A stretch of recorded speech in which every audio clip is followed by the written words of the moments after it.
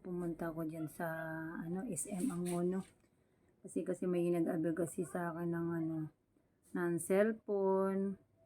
Need ko i-help. Ngayon, ayan, na-process na.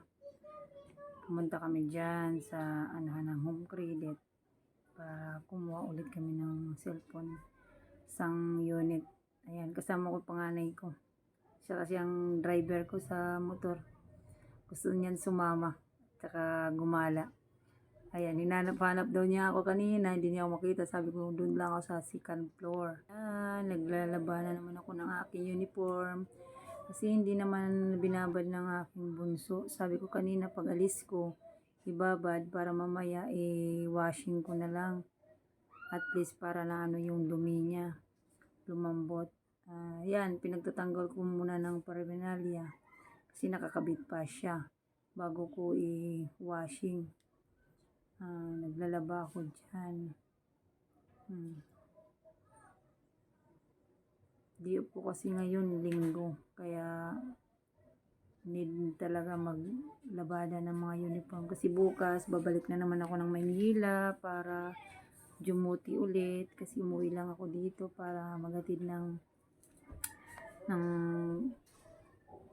pagkain ng mga anak ko. Kasi ang layo po sa kanila. Dito sila sa Rizal, ako sa Maynila. Kaya ayan, mga langga, grabe, ang dami.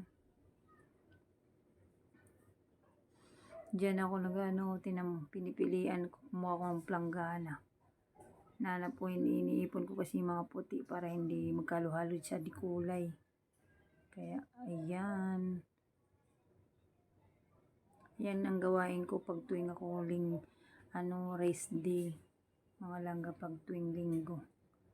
Kasi sabi ko sa mga anak ko, bago ko umuwi ng bahay, dapat malinis para hindi na ako maglalaba. Papahinga na lang kasi maghapon ako naka-duty, 12 hours, mga langga. Makapagod ang mga binti ng langga niyo.